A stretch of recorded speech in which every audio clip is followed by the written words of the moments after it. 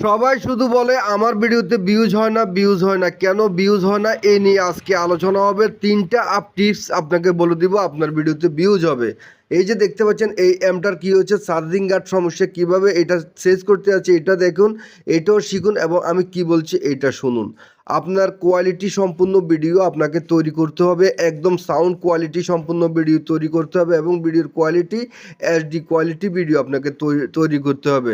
720 megapixel video তৈরি করতে হবে এবং আপনি যখন ভিডিও ছাড়বেন ভিডিওর আগে পিছে আপনি অনেকগুলো রিল ভিডিও দেখে নেবেন ফর ইউ থেকে। তারপরে আপনি ভিডিওটা আপলোড দিবেন, ভিডিও একই টাইমে আপলোড দিবেন, আপনার ভিডিওতে ভিউজ আসবে।